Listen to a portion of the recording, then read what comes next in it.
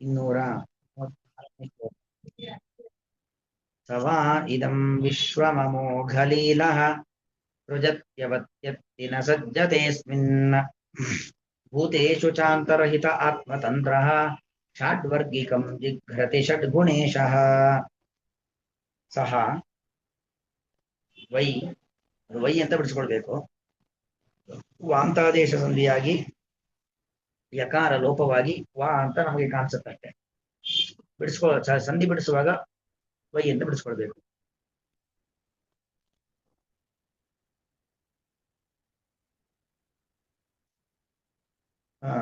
ಸ ವೈ ಇದಂ ವಿಶ್ವಂ ಅಮೋಘಲೀಲಃ ಸೃಜತಿ ಅವತಿ ಅತ್ತಿ ನ ಸಜ್ಜತೆ ಅಸ್ಮಿನ್ ಭೂತೇಷು ಚ ಅಂತರ್ಹಿತಃ ಆತ್ಮತಂತ್ರಃ ಷಾಡ್ವರ್ಗಿಕಂ ಜಿಘ್ರತಿ ಷಡ್ಗುಣೇಶಃ.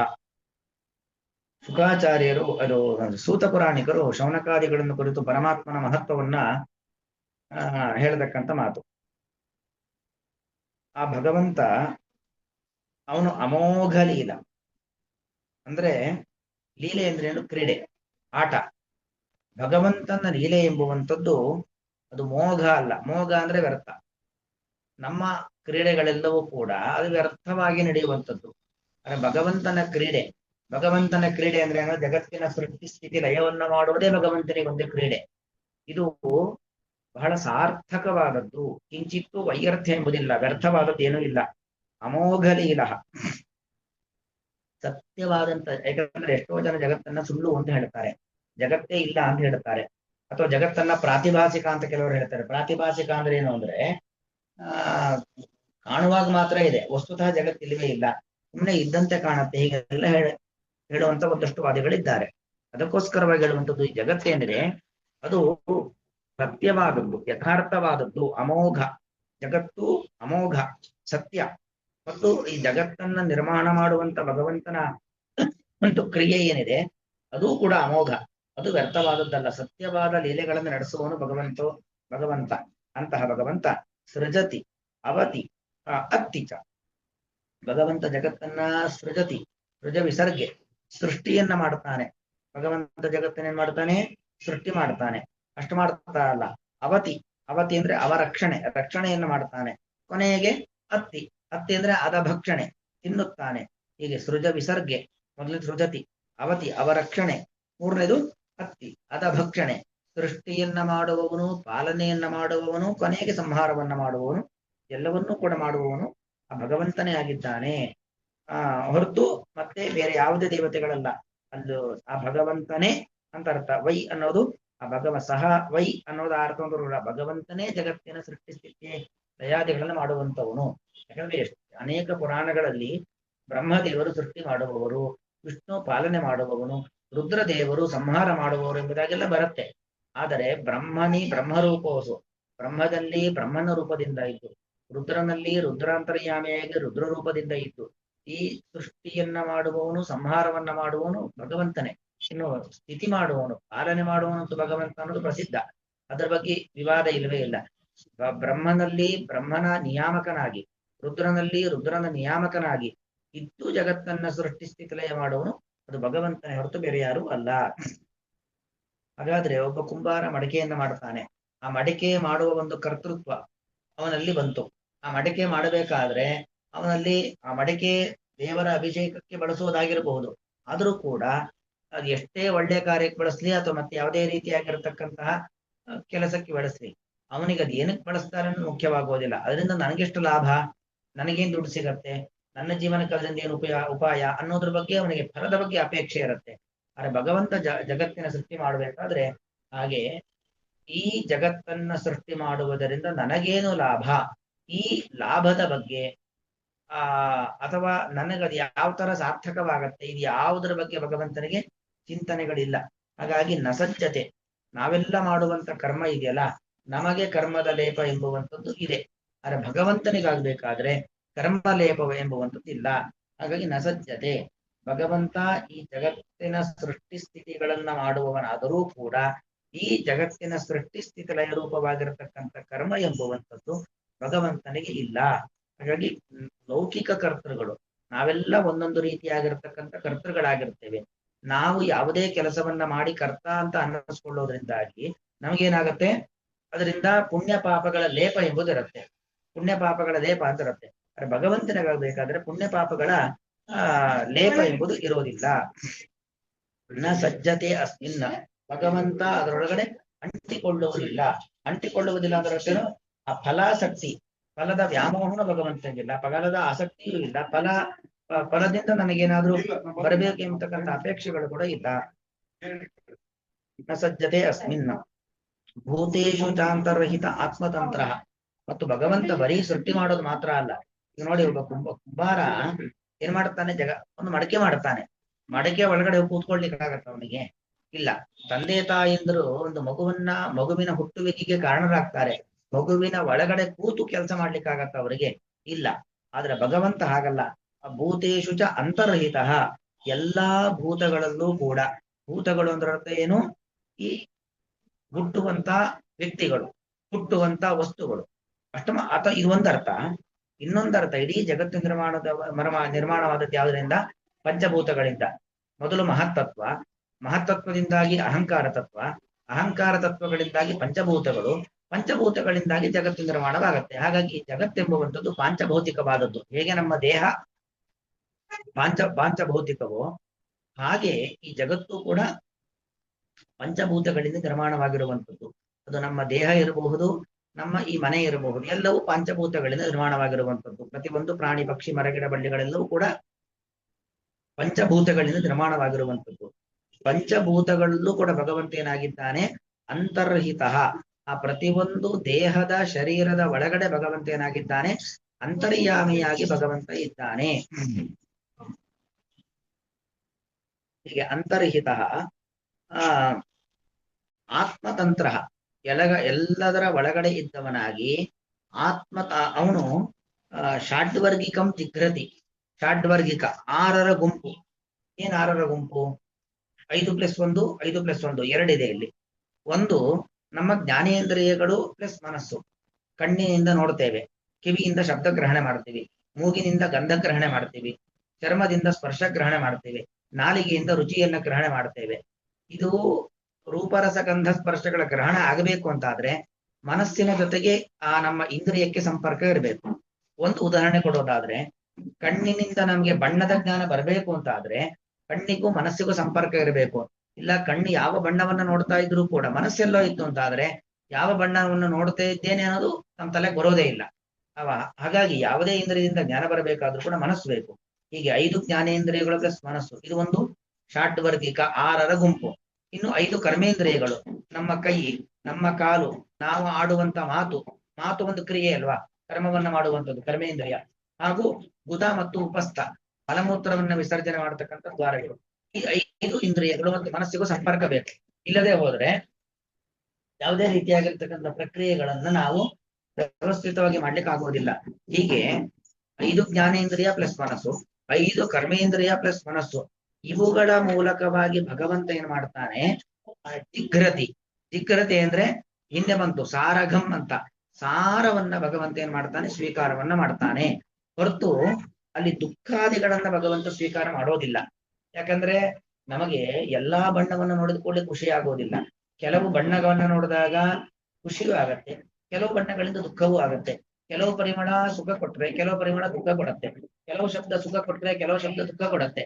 ಹಾಗಾಗಿ ಭಗವಂತನಿಗೂ ದುಃಖ ಬರುತ್ತಾ ಅಂದ್ರೆ ಇಲ್ಲ, ಅವನು ಆತ್ಮತಂತ್ರ, ಅವನು ಸ್ವತಂತ್ರನಾದವನು. ಭಗವಂತ ಸ್ವತಂತ್ರನಾದವನು. ಹಾಗಾಗಿ ಅವನಿಗೆ ಯಾವುದೇ ರೀತಿಯಾಗಿರತಕ್ಕಂಥ ದುಃಖಗಳಿಲ್ಲ. ಅಂದ್ರೆ ಅವನೇ ಅವನ ಇಚ್ಛೆಯಿಂದ ಇದನ್ನೆಲ್ಲ ನಿರ್ಮಾಣ ಮಾಡಿದ್ದಾನೆ. ಅವನೇ ಅವನ ಇಚ್ಛೆಯಿಂದಾಗಿ ಅದರೊಳಗಡೆ ಪ್ರವೇಶವನ್ನ ಮಾಡಿದ್ದಾನೆ. ಅವನೇ ಅವನ ಇಚ್ಛೆಯಿಂದಾಗಿ ಸಕಲ ಸಾರಗಳನ್ನ ಸ್ವೀಕಾರ ಮಾಡ್ತಾ ಇದ್ದಾನೆ. ಹೊರತು ನಮ್ಮಂತೆ ಕರ್ಮಕ್ಕೆ ಕಟ್ಟು ಬಿದ್ದವರಾಗಿ, ಕಾಲಕ್ಕೆ ಕಟ್ಟು ಬಿದ್ದವರಾಗಿ, ದೇವತೆಗಳ ಒಂದು ನಿಯಂತ್ರಣಕ್ಕೆ ಒಳಪಟ್ಟವರಾಗಿ, ಭಗವಂತನ ನಿಯಂತ್ರಣಕ್ಕೆ ಒಳಪಟ್ಟವರಾಗಿ ನಾವಿದನ್ನ ಮಾಡ್ತಾ ಇರುವಂತದ್ದಲ್ಲ. ಭಗವಂತ ಆಗಬೇಕಾದ್ರೆ ಆತ್ಮತಂತ್ರ, ಅವನ ಅಧೀನದಲ್ಲಿದ್ದಾನೆ ಹೊರತು ಮತ್ಯಾರ ಅಧೀನದಲ್ಲೂ ಇಲ್ಲ. ಅದಕ್ಕೋಸ್ಕರ ಭಗವಂತನನ್ನ ಹೇಳೋದು ಷಡ್ಗುಣೇಶಃ.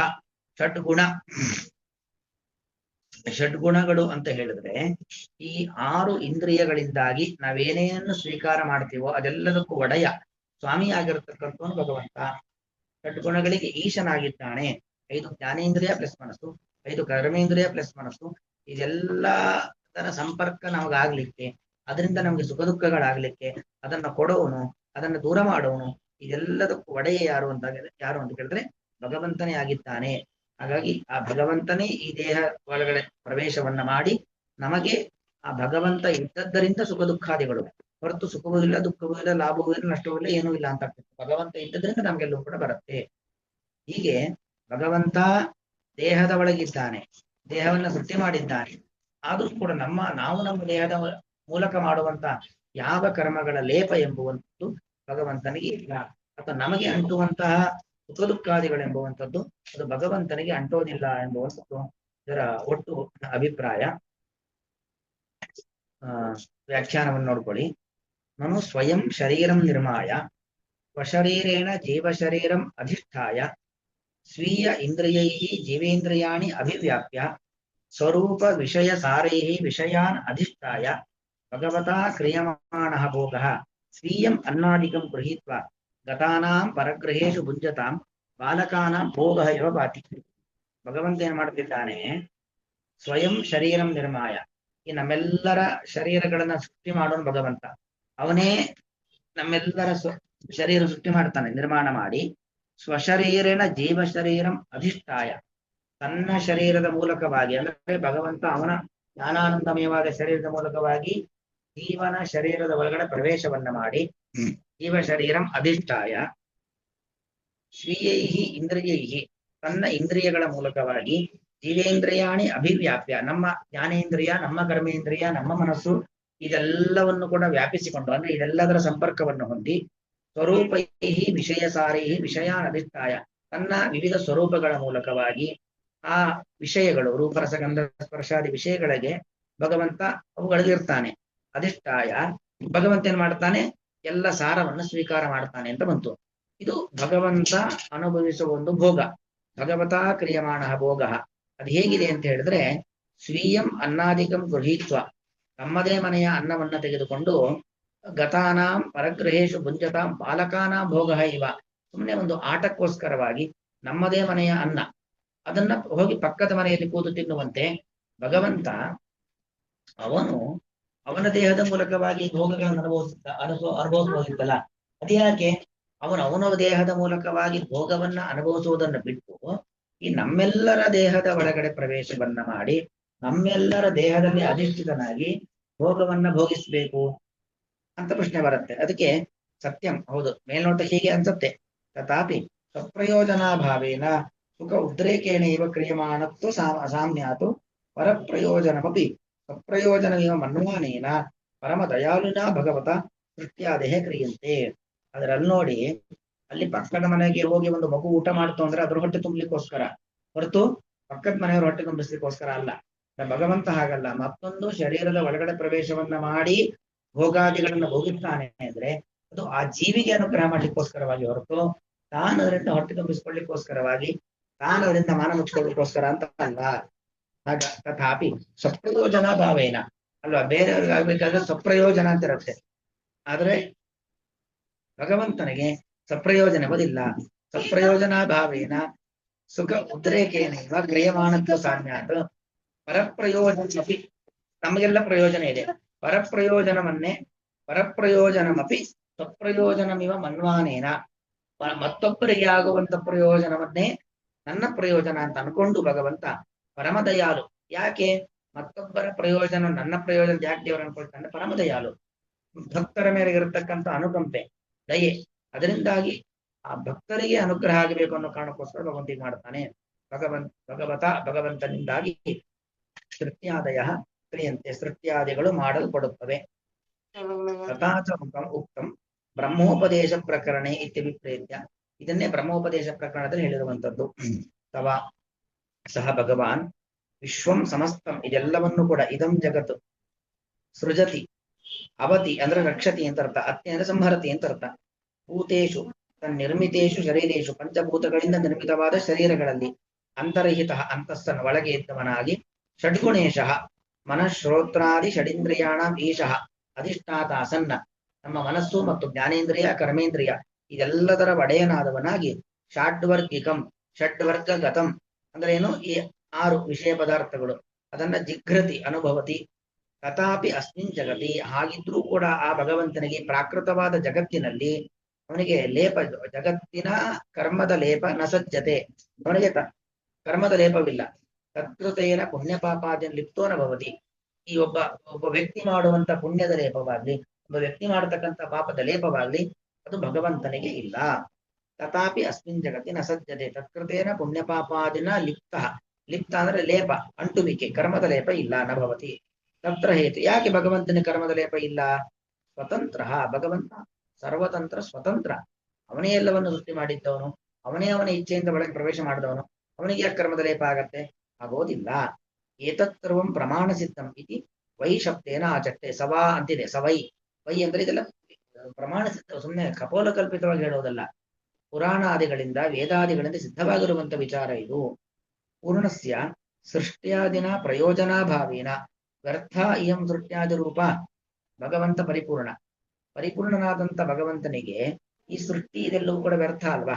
ಯಾಕೆ ಬೇಕು? ವ್ಯರ್ಥ ಇಯಂ ಸೃಷ್ಟ್ಯಾದಿ ರೂಪ, ಸೃಷ್ಟಿ ಸ್ಥಿತ ಇದೆಲ್ಲ ವ್ಯರ್ಥ ಅಲ್ವಾ? ಲೀಲಾ ಇತ್ಯತಃ ನಹಿ ಭಾಗವತಿ ಲೀಲಾ ವ್ಯರ್ಥ ಇತಿ ಭಾವಯುತಮಪಿ ಯುಕ್ತಂ. ಇದು ಲೀಲೆ, ಲೀಲೆ ಭಗವಂತನಿಗೆ ಸಂಬಂಧಪಟ್ಟ ಲೀಲೆ. ಭಗವಂತನ ಲೀಲೆಯೂ ವ್ಯರ್ಥ ಅಲ್ಲ, ಅವನಿಗೆ ಪ್ರಯೋಜನ ಇಲ್ಲದೆ ಹೋದ್ರೂ ಕೂಡ ನಮಗೆ ಪ್ರಯೋಜನವಿದೆ. ಸ್ವಪ್ರಯೋಜನಾಭಾವೇಪಿ ಭಕ್ತ ಮುಕ್ತಿ ರೂಪ ಪರಪ್ರಯೋಜನ ಸದ್ಭಾವೇನ ಸಾರ್ಥಕ್ಯ ಉಪಪತ್ತೇ ಇತಿ ಭಾವೇನ ಅಮೋಘ ಲೀಲ. ತನಗೆ ಪ್ರಯೋಜನವಿಲ್ಲದೆ ಹೋದ್ರೂ ಕೂಡ ಭಕ್ತರಿಗೆ ಮುಕ್ತಿಪ್ರದವಾದದ್ದು ಈ ಭಗವಂತನ ಸೃಷ್ಟಿಯಲ್ಲಿ ನಾವು ಸಮರ್ಥವಾಗಿ ಪಾಲ್ಗೊಂಡು ನಾವು ನಮ್ಮ ಸಾಧನೆಯನ್ನ ಮಾಡಬೇಕು. ಅದು ನಮಗೆ ಶ್ರೇಯಸ್ಸಿಗೆ ಕಾರಣವಾಗದ್ದೇ ಹೊರತು ಭಗವಂತನ ಶ್ರೇಯಸ್ಸಿಗೆ ಕಾರಣವಾಗಿರುವಂತದ್ದಲ್ಲ.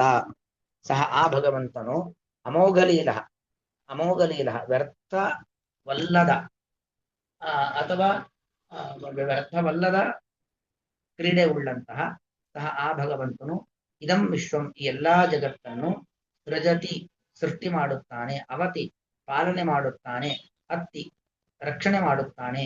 ತಥಾಪಿ ಆಗಿದ್ದರೂ ಕೂಡ ಅಸ್ಮಿನ್ ಈ ಜಗತ್ತಿನಲ್ಲಿ, ಪಾಂಚಭೌತಿಕವಾದ ಈ ಜಗತ್ತಿನಲ್ಲಿ ನ ಸಜ್ಜತೆ ವೈ, ಅವನು ಅಂಟಿಕೊಳ್ಳುವುದಿಲ್ಲವಷ್ಟೇ. ನ ಸಜ್ಜತೆ ವೈ, ಅಂಟಿಕೊಳ್ಳುವುದಿಲ್ಲವಷ್ಟೇ ಅಂದ್ರೆ ಭಗವಂತನಿಗೆ ಯಾವುದರ ಲೇಪವೂ ಇಲ್ಲ. ಮತ್ತು ಆತ್ಮ ಭೂತೇಶು ಅಂತರ್ಹಿತ, ಸರ್ವಭೂತಾಂತರ್ಯ, ಎಲ್ಲರ ಅಂತರ್ಯಾಮಿಯಾಗಿರುವಂತಹ ಆತ್ಮತಂತ್ರ, ಸರ್ವತಂತ್ರ ಸ್ವತಂತ್ರನಾದಂತಹ ಭಗವಂತನು ಷಡ್ಗುಣೇಶ, ಸಕಲ ಗುಣಗಳಿಗೆ ಅಧಿಪತಿಯಾದಂತಹ ಭಗವಂತನು ಷಾಡ್ವರ್ಗಿಕಂ, 6 ಇಂದ್ರಿಯಗಳು ಅಂದ್ರೆ 5 ಜ್ಞಾನೇಂದ್ರಿಯ ಪ್ಲಸ್ ಮನಸ್ಸು, ಆ 5 ಕರ್ಮೇಂದ್ರಿಯ ಪ್ಲಸ್ ಮನಸ್ಸು, ಇವುಗಳ ಮೂಲಕವಾಗಿ ಜಿಘ್ರತಿ ಸಕಲ ಸಾರವನ್ನ ಅನುಭವಿಸುತ್ತಾನೆ. ಆದರೆ ನ ಸಜ್ಜತೆ, ಯಾವುದರ ಲೇಪವೂ ಕೂಡ ಭಗವಂತನಿಗೆ ಇಲ್ಲ ಅನ್ನೋದು ಅಭಿಪ್ರಾಯ. ಸವಾ ಇದಂ ವಿಶ್ವಮಮೋಘಲೀಲಃ ಸೃಜತ್ಯವತ್ಯತ್ತಿ ನ ಸಜ್ಜತೆಸ್ಮಿನ್ ಭೂತೇಷು ಚಾಂತರ್ಹಿತ ಆತ್ಮತಂತ್ರಃ ಷಾಡ್ವರ್ಗಿಕಂ ಜಿಘ್ರತಿ ಷಡ್ಗುಣೇಶಃ. ಶ್ರೀಕೃಷ್ಣ.